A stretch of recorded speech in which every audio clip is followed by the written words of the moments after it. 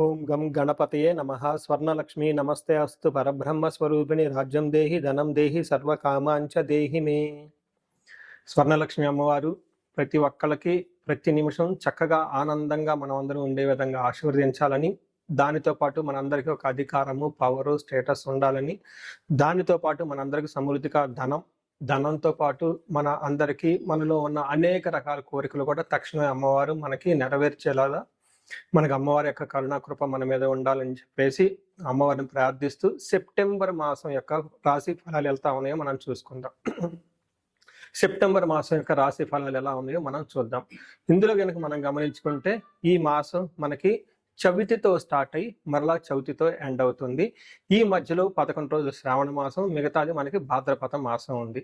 ఈ మాసంలో మొత్తం టోటల్గా ఈ సెప్టెంబర్ మంత్లో మనకి కొన్ని ముఖ్యమైన రోజులు ఉన్నాయి. ఇవి ప్రతి ఒక్కళ్ళు సెలబ్రేట్ చేసుకోవాలని, అందరూ ఆనందంగా ఉత్సాహంగా ఉండాలని చెప్పేసి నేను కోరుకుంటున్నాను. అందులో ముఖ్యంగా ఫస్ట్ పండగ మనం చేసుకోవాల్సింది శ్రీకృష్ణ జన్మాష్టమి.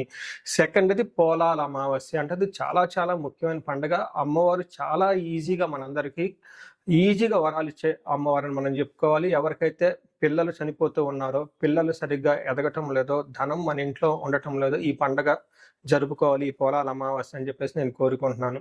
తర్వాత మనకి భాద్రపద మాసం స్టార్ట్ అవుతుంటే మనకి వినాయక చవితి స్టార్ట్ అవుతుంటుంది. దాని తర్వాత ఇంకొకటి ముఖ్యమైన విషయం ఏంటంటే అందరూ గమనించుకోవాల్సింది, మనకి పితృపక్షాలు స్టార్ట్ అవుతున్నాయి. వీటిని మహాలయ పక్షాలు అంటారు. ఇది 27వ తారీఖు నుంచి స్టార్ట్ అవుతుంది. ఈ పితృపక్షాలు ముఖ్యంగా ఎవరైతే అధికారం రాకుండా, ప్రమోషన్స్ రాకుండా, ఉద్యోగంలో ఆటంకాలు పడుతుందా, తల్లికి పిల్లలకి మధ్య గొడవలు వస్తూ ఉన్నాయా, ఎవరైతే లైఫ్లో స్టాగ్నేటెడ్గా గ్రోత్ లేకుండా ఉన్నారో, మీ ఇండివిజువల్ జాతకంలో పితృదోషం ఉన్నా, కాలసర్ప దోషం ఉన్నా, త్రిపిండి దోషం ఉన్నా కానీ ఇలాంటి వాళ్ళు ముఖ్యంగా ఈ యొక్క పితృపక్షాల సమయాన్ని సద్వినియోగం చేసుకొని పితృదేవతలకు ఆశీర్వాదం తీసుకొని తద్వారా మీ పిల్లలకి శ్రేయస్సుకు ప్లస్ వారికి సరిపడిన ధనం అంతా మీకు రావాలని చెప్పేసి నేను కోరుకుంటున్నాను. అందుకని పితృపక్షాలు ప్రతి ఒక్కళ్ళు సెలబ్రేట్ చేసుకోవాలని చెప్పేసి నేను కోరుకుంటున్నాను. ఇవి అంతా ఒక ఎత్తు అయితే, జ్యోతిష శాస్త్రంలో మనకి సెప్టెంబర్ మంత్లో 4 గ్రహాలు మారుతూ ఉన్నాయండి. ఈ 4 గ్రహాల యొక్క ప్రభావం 12 రాశుల వారికి ఎలా ఉందో మనం చూద్దాం. ముందులో మారే గ్రహాలు ఏంటి మనం చూసుకుంటే, శుక్రుడు వచ్చేటప్పటికి సెప్టెంబర్ 2న, బుధుడు సెప్టెంబర్ 7న, అలానే సూర్యుడు వచ్చేటప్పటికి సెప్టెంబర్ 17th, తర్వాత కుజుడు వచ్చేటప్పటికి సెప్టెంబర్ 18th. అంటే టోటల్గా 2nd, 7th, 17th, 18th ఈ యొక్క డేట్లో గ్రహాలు మారుతూ ఉన్నాయి. టోటల్గా ఈ గ్రహాల యొక్క ప్రభావం మనకు 12 రాశుల మీద ఎలా ఉందో మనం తెలుసుకుందాం. వృశ్చిక రాశి వాళ్ళు ఈ మంత్ చూసుకుంటే దాదాపు 60% బాగుంది, 40% కొంచెం ఛాలెంజింగ్గా ఉందని గమనించుకోవాలి. పర్టికులర్ నక్షత్రాల ప్రకారం చూసుకుంటే కొంచెం ఇండివిజువల్గా నక్షత్రాలకి కొంచెం ఛాలెంజింగ్గా ఉందని గమనించుకోవాలి. బట్ గ్రహాల వైపు చూసుకుంటే చాలా పాజిటివ్గా ఉంది. బట్ ఓవరాల్ ఇన్ సమరీ చూసుకుంటే 60% అనుకూలంగా ఉంది, ఒక 40% మాత్రం ప్రతికూలంగా ఉందని గమనించుకోవాలి.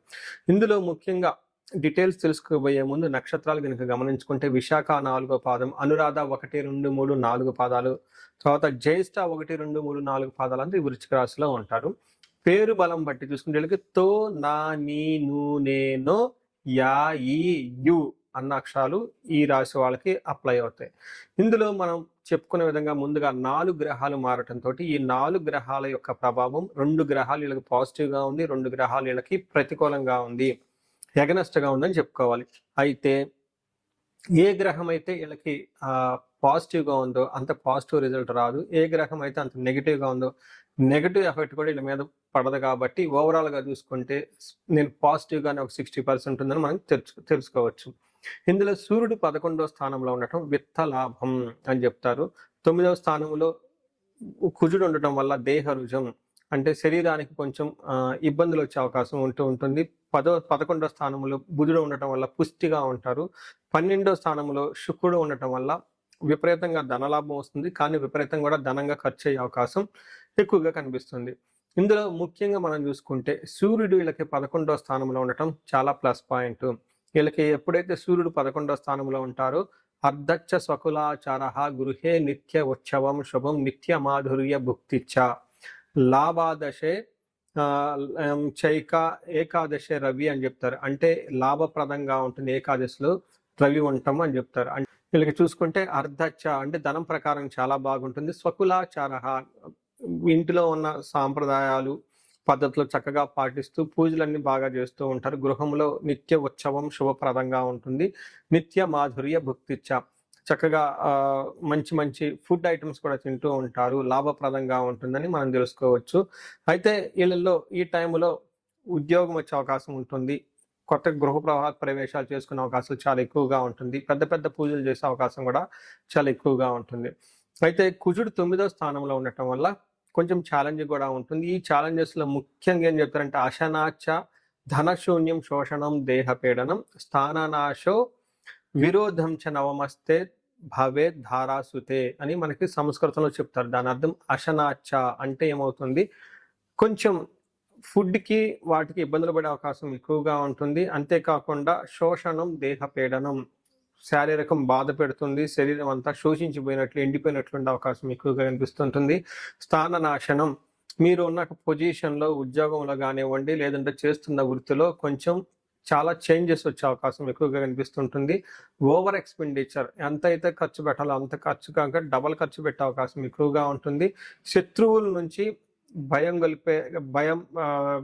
గలిపే పరిస్థితులు ఎక్కువగా ఉంటాయి. దానితో పాటుగా స్టమక్ పెయిన్, కడుపు అప్సెట్ అయ్యే అవకాశం కూడా ఈ రాశి వాళ్ళకి కనిపిస్తుంటుంది. దీనితో పాటుగా శుక్రుడు మిక్స్డ్ రిజల్ట్ ఇచ్చే అవకాశం ఎక్కువగా కనిపిస్తుంది. శుక్రుడు వీళ్ళకి 12వ స్థానంలో ఉండటం వల్ల కృష్యాది సర్వ విఘ్నం శాత్ మహద్ భయం అంటారు. అంటే ఈ టైంలో విపరీతంగా భయం కలిగే పరిస్థితులు ఎక్కువగా ఉంటుంది. దీనితో పాటు కష్టపడి హార్డ్ వర్క్ చేస్తే అందులో బిజినెస్లో కానివ్వండి, అగ్రికల్చరల్ వ్యవసాయంలో కానివ్వండి చాలా విఘ్నాలతో ఆటంకాలతో కడిగి పనులన్నీ నెరవేరే అవకాశం ఎక్కువగా ఉంటుంది.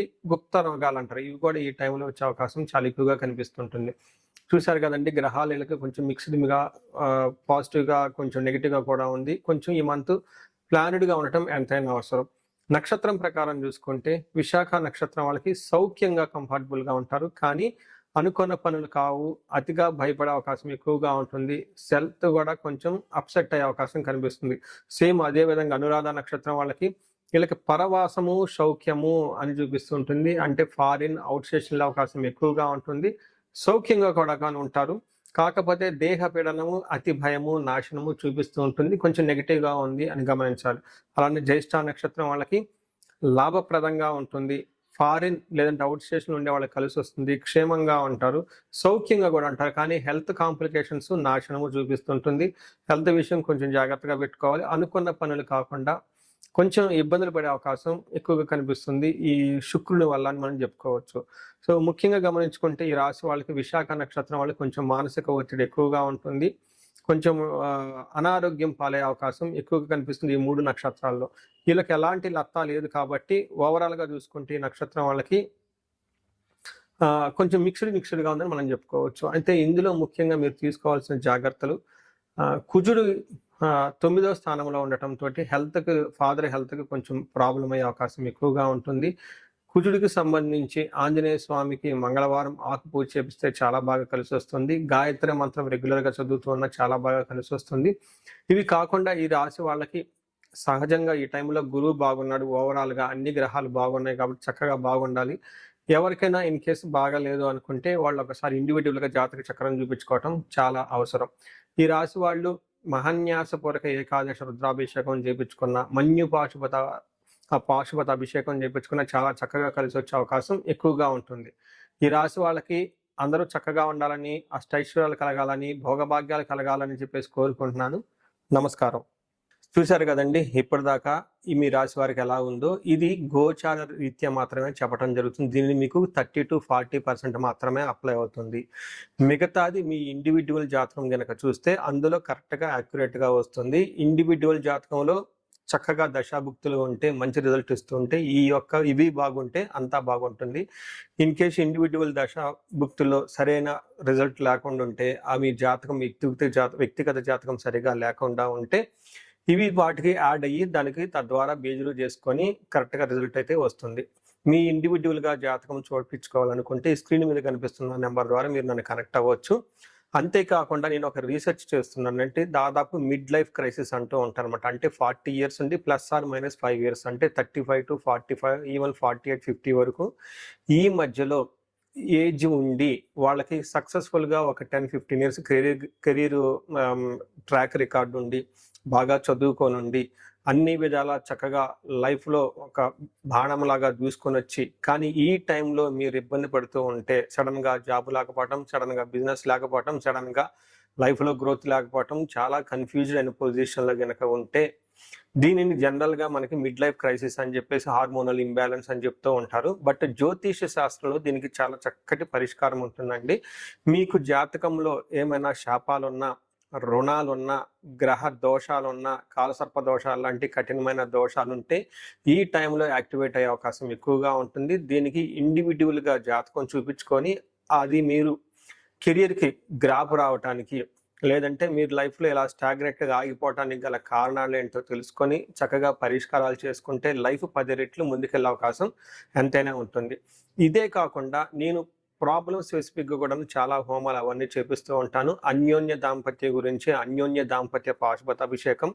ఇప్పుడు ఈ మంత్లో మనకి ఫస్ట్ 11 డేస్ ఇంకా శ్రావణ మాసం ఉంది కాబట్టి శ్రావణ మాసాన్ని పురస్కరించుకొని స్వర్ణలక్ష్మి విశేష హోమం చేయించడం జరుగుతుంది. ఇది ప్రతి ఒక్కరు చేయించుకోవాలని చెప్పేసి నేను కోరుకుంటున్నాను. ఎక్కడైనా మీకు ధనం రాకపోయినా, వచ్చిన ధనం నిలబడకపోయినా, అసలు ఆదాయ వనరులు మీకు ఇన్కమ్ సోర్స్ లేకపోయినా, లేదంటే విపరీతమైన అప్పుల బాధలు ఉన్నా, లేదంటే మీరు ఇచ్చిన అప్పులు తిరిగి రాకపోయినా కానీ ఈ టైంలో చక్కగా స్వర్ణలక్ష్మి విశేష హోమం చేయించుకోవాలని చెప్పేసి నేను కోరుకుంటున్నాను. ఇది సామూహికంగా చేయటం జరుగుతుంది. ఇప్పటిదాకా నేను హోమాలన్నీ 1-to-1 చేపించాను ఎక్కువగా, బట్ ఈసారి మాత్రం సామూహికంగా ఈ యొక్క హోమం చేయించడం జరుగుతుంది. ఈ అవకాశాన్ని సద్వినియోగం చేసుకొని ధన బాధల నుంచి, రుణ బాధల నుంచి బయటపడాలని చెప్పేసి నేను కోరుకుంటున్నా. అంతేకాకుండా ఎవరికైతే హెల్త్ బాగోలేకపోతే మృత్యుంజయ హోమం చేయించుకోవటము, భార్యాభర్తలకు ఇందాక మీరు చెప్పిన విధంగా విశ్వావసు గంధర్వరాజ హోమం చేయించుకోవటం, ఇలా మన్య పాశుపత అభిషేకం, చండీ హోమము, సుదర్శన హోమము, ఇలాంటి ఎన్ని హోమాలైనా కానీ మీరు ఎక్కడైనా కనుక లైఫ్లో ఆగిపోయినట్లు అనిపిస్తే మీ ప్రాబ్లమ్ స్పెసిఫిక్గా కూడా హోమాలు పూజలు చేయించడం జరుగుతుంది. సో మీరు లైఫ్లో ఎక్కడ ఆగకుండా ఉండాలని, జీవితంలో 3 పువ్వులు 6 కాయలుగా సాగిపోవాలని, మీకు అష్టలక్ష్మీలు చక్కగా కలిసి ఉండాలని చెప్పేసి నేను కోరుకుంటున్నాను. మీ అందరికీ అష్టైశ్వర్యాలు కలగాలని, భోగభాగ్యాలని కోరుకుంటున్నాను. నమస్కారం.